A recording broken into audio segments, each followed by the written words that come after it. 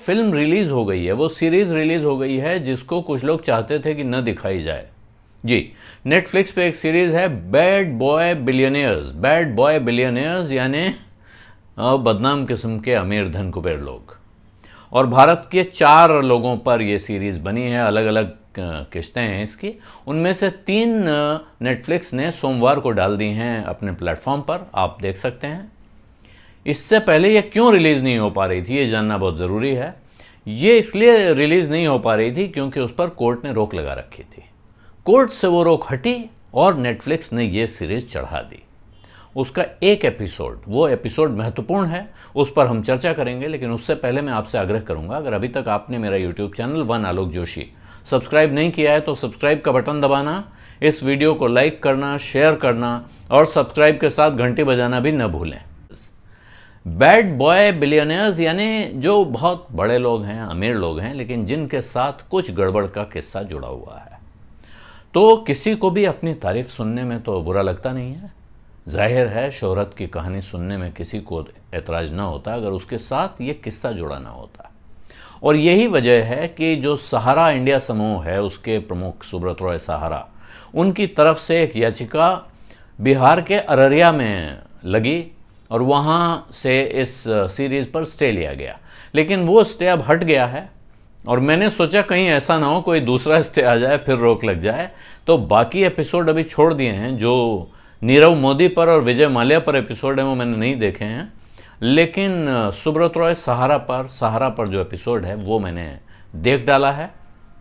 और मैं कहूँगा कि अगर आपकी दिलचस्पी इस कहानी में है तो आप भी देख सकते हैं। इसलिए कह रहा हूँ कि ये जो कहानी है ये रिलीज़ हुई है और इस कहानी में अच्छी तरह से बनाई गई कहानी है। ये आपके सवाल, मन में उठने वाले तमाम सवाल सामने लाती है, उनमें से कुछ सवालों के जवाब भी देती है। और ये सीरीज़ देख के आप समझ सकते हैं कि क्यों नहीं चाहता था सहारा समूह कि ये फिल्म रिलीज़ हो। तो मैं कहूँगा आप इसको देखना न भूलें। लेकिन अब मैं बताता हूँ कि उसमें कौन कौन नाम हैं। वो नाम मैं आपके सामने ले देता हूँ जिन नामों का जिक्र इस सीरीज़ में है।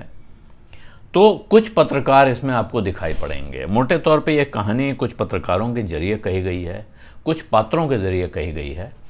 तो अर्नब गोस्वामी आपको दिखाई पड़ेंगे, जो बहुत मशहूर इस समय पत्रकार और मीडिया मालिक हैं। वो अर्नब गोस्वामी जो एक तरह के अब कैंपेनर हो चुके हैं, आंदोलनकारी हो चुके हैं और आप उन्हें सत्ता का भोंपू भी कह सकते हैं। लेकिन वो अर्नब गोस्वामी इसमें दिखाई पड़ते हैं, शुरुआती चेहरों में से एक हैं। सुब्रत रॉय के चेहरे के अलावा जो चेहरे सबसे पहले आपको दिखते हैं उनमें से एक है अर्नब गोस्वामी। उसके बाद आपको सिमी गरेवाल दिखती हैं। रानदेवू विद सिमी, जो बहुत मशहूर हस्तियों का इंटरव्यू लेने का उनका शो है, उसमें सुब्रत रॉय सहारा का इंटरव्यू लेती हुई दिखती हैं। हमारे दोस्त और लखनऊ के मशहूर पत्रकार शरद प्रधान का इसमें बड़ा महत्वपूर्ण रोल है। उन्होंने काफ़ी कहानी कही है और शरद उन लोगों में से हैं जो सहारा की जर्नी को शुरू से ट्रैक कर रहे हैं, उस पर तमाम सवाल उठाते रहे हैं, इसलिए उनका यहाँ होना स्वाभाविक था। फिर परंजॉय गुहा ठाकुरता हैं जो आर्थिक पत्रकार हैं और उन्होंने तमाम आर्थिक बदइंतजामियों पर, आर्थिक घोटालों पर सवाल उठाए हैं, तो सहारा पर भी उनकी तरफ से सवाल उठते हैं। श्रोतपा पॉल हैं, श्रोतपा पॉल भी पत्रकार हैं और उन्होंने भी इसमें भूमिका निभाई है और वो इस कहानी को आगे बढ़ाने में, कहानी समझाने में मदद करती हैं।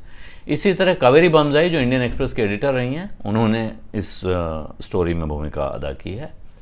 एक इंटरनेशनल जर्नलिस्ट हैं जेम्स क्रैबट्री, जो फाइनेंशियल टाइम्स के भारत में संवाददाता रहे, उनका जिक्र है इसमें। उनके मुंह से कई किस्से आपको सुनने को मिलते हैं। फिर एक पूनम गुप्ता हैं जो सहारा की एजेंट थी, सहारा फाइनेंस कंपनी की। उनके जरिए, उनकी माँ के जरिए, उनके पड़ोसियों के जरिए कुछ कहानी आपको समझ में आती है। आयुष एलावादी एक और पत्रकार हैं। ये जिन पत्रकारों के नाम अभी तक मैंने लिए, इसमें आप अर्नब और सिमी को अलग रखें, लेकिन शरद प्रधान, परंजय गुहा ठाकुरता, श्रुतपा पॉल, कावेरी बमजाई और जेम्स क्रैबट्री और आयुष एलावादी, ये वो लोग हैं जो इस कहानी में सुब्रत रॉय पर सवाल उठाते हुए दिखते हैं। आपको उनके एम्पायर पर सवाल उठाते हुए दिखते हैं, उनके बिजनेस मॉडल पर सवाल उठाते हुए दिखते हैं। लेकिन फिर कुछ लोग ऐसे हैं और ये इस फिल्म की बहुत दिलचस्प बात है, एक इंटरेस्टिंग एंगल है कि इसमें कुछ ऐसे लोग भी हैं जो बहुत शिद्दत से सुब्रत रॉय की तारीफ करते हुए दिखते हैं। उनमें जो सबसे बड़ा नाम है वो है विवेक कुमार।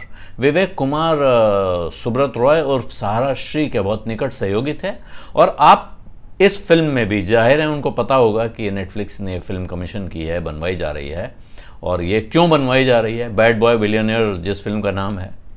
इसके बावजूद वो पूरी शिद्दत से जो सहारा श्री के प्रति उनका प्रेम है, समर्पण है, जो उनका भाव है, वो पूरी तरह जाहिर करते हैं, बिना फिक्र के, बिना चिंता के।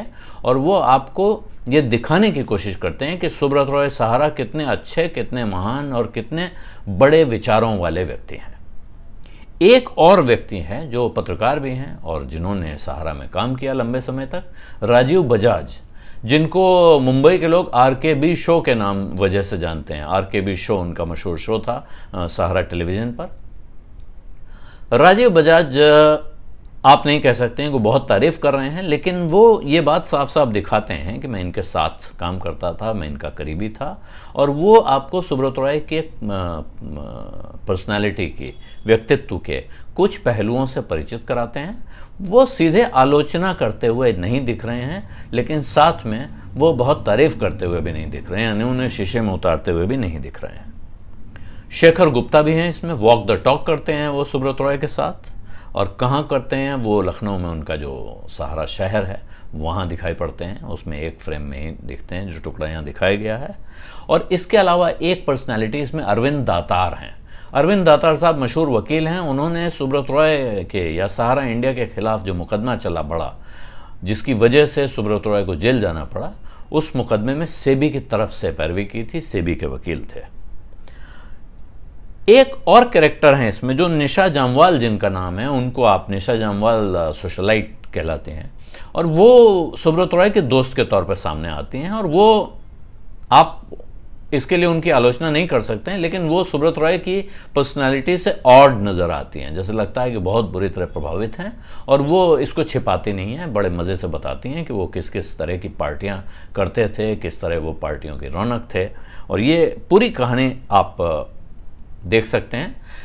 अब किस्सा सुब्रत रॉय के जरिए जो किस्सा कहा गया है वो ये है कि सहारा इंडिया ने कैसे अपना साम्राज्य फैलाया, कैसे वो इतना बड़ा कारोबार बना। और ये लखनऊ का रहने वाला हूँ मैं। लखनऊ में तो ये दंत कथा की तरह चलता है कि साहब एक लम्ब्रेटा स्कूटर, एक ब्रीफकेस और 2000 रुपये, इससे ये कारोबार शुरू हुआ था, जो इस वक्त अरबों रुपए का साम्राज्य बन चुका है। और बाद में वो स्कूटर उन्हें किसी वक्त बेचना पड़ा, लेकिन बाद में उन्होंने वो स्कूटर दोबारा ख़रीदा, और अब सहारा का एक म्यूज़ियम है लखनऊ में, वहाँ वो रखा हुआ है। वो स्कूटर और वो ब्रीफकेस एक जगह रख के दिखाए जाते थे लोगों को। आज की तारीख में दिखाए जा रहे हैं कि नहीं मुझे नहीं मालूम है, लेकिन काफ़ी सवाल उठे हैं इस बात पर कि कुछ लोग ऐसे हैं जिनका पैसा सहारा ने नहीं चुकाया, और उस पैसे का उन्होंने दावा किया, और सेबी ने इसकी जाँच की। सेबी ने जाँच की, सहारा के खिलाफ कार्रवाई हुई, और सुब्रत रॉय सहारा जेल गए। ये सब कहानी तो ठीक है, लेकिन एक किस्सा है जो इस कहानी में होना चाहिए था, जो मुझे लगता है कि बड़ी मिसिंग चीज़ है, कि उसमें जिक्र होता है कि ऐसा लगा कि ये डिपॉजिटर के नाम पर ऐसे लोगों का पैसा जमा हो रहा था तो जो दरअसल थे ही नहीं, यानी काल्पनिक डिपॉजिटर थे इसमें। और काल्पनिक डिपॉजिटर थे तो पैसा किसका था? तो वो पैसा काला धन था। अब इस किस्से को हल्के से छू के निकल गए हैं। ये बात नहीं की गई कि वो पैसा कहाँ से आता था, उस पैसे का मूल स्रोत क्या है, कौन लोग हैं जिनकी तरफ से वो पैसा आ रहा था, जो सुब्रत रॉय के इस एम्पायर में आता था, और जिसकी वजह से ये पूरा वितंडा खड़ा हुआ, जिसकी वजह से उनको जेल जाना पड़ा। वो कहानी क्यों छोड़ दी गई है, ये मेरी समझ से परे है। हालांकि कुछ चेहरे दिखाई पड़ते हैं उस फिल्म में, जब उनकी शान शौकत का जिक्र होता है तो जो चेहरे दिखाई पड़ते हैं उनके आसपास, अगर आप ये फिल्म देखते हैं तो आप उन चेहरों में पढ़ सकते हैं इस सवाल को कि वो पैसा कहाँ से आ रहा था, जिस पैसे को ठिकाने लगाने का इल्ज़ाम सुब्रत रॉय के ऊपर लगता है। ऑफिशियली नहीं लगता, ये ध्यान रखिएगा। सेबी ने ये आरोप नहीं लगाया है कि आप ब्लैक मनी को वाइट करते थे, या किसी भी और एजेंसी ने। ये भी जैसे मैंने कहा दंत कथाओं में है, तो ये भी चर्चाओं में होता है, इसको सामने कोई नहीं कह रहा है, ना कोई इल्ज़ाम लगा रहा है। लेकिन फिर अगर आप ये किस्सा खड़ा कर रहे हैं और इस किस्से को यहीं छोड़ देते हैं तो फिर मुझे लगता है कहानी अधूरी है। और इस कहानी को और पूरा अगर करना चाहते हैं आप, अगर आप इस किस्से को पूरा करना चाहते हैं, अधूरा नहीं छोड़ना चाहते हैं और किस किस्से में कुछ और गहराई से जाना चाहते हैं, तो OTT प्लेटफॉर्म पर ही एक और नई फिल्म आई है, लेकिन उसका नाम लूँ उससे पहले मैं आपको एक आग्रह करूँगा कि अगर अभी तक आपने मेरा YouTube चैनल वन आलोक जोशी सब्सक्राइब नहीं किया है तो सब्सक्राइब का बटन दबाना, शेयर करना, लाइक करना और घंटी बजाना न भूलें। और अब मैं आपको बताता हूँ, इसी किस्से की अगली कड़ी अगर आप पढ़ना चाहते हैं तो हॉटस्टार पर आया हुआ है बहुत हुआ सम्मान। बहुत हुआ सम्मान जिस इलाके से हम आते हैं, लखनऊ, कानपुर, बनारस, इलाहाबाद, इस तरह की जगहों पे जब आप बहुत हुआ सम्मान कहेंगे, इसके आगे क्या कहा जाता है वो मैं यहाँ कह नहीं सकता हूँ, लेकिन वो बहुत हुआ सम्मान आपको इस किस्से की अगली परत तक ले जाता है, ये मैं आपसे कह सकता हूँ। बहुत हुआ सम्मान पर मैं अलग से एक वीडियो बना रहा हूँ, उसको भी आप देख सकते हैं। इसी के साथ अब मैं इजाज़त चाहता हूँ। धन्यवाद, नमस्कार।